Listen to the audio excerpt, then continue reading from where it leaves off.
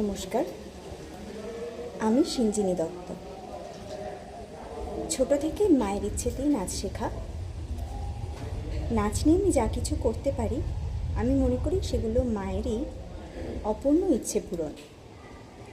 বড় হয়ে বুঝেছি কিভাবে সংসারের চাপে পড়ে মেয়েদের সমস্ত ইচ্ছে মারা পড়ে। মায়েরা সন্তানের মধ্যে দিয়ে সেই ইচ্ছে পূরণ করতে চায়, কিন্তু সেটা যদি আরও আগে বুঝতে পারতাম তাহলে হয়তো নাচ নিয়ে আরও এগিয়ে যেতে পারতাম। যাই হোক, পরবর্তীকালে চাকরির সুবাদে সৌমি বসু দিদির সাথে আলাপ ও নাচের ভঙ্গি শৈলী আমার খুবই ভালো লাগতো।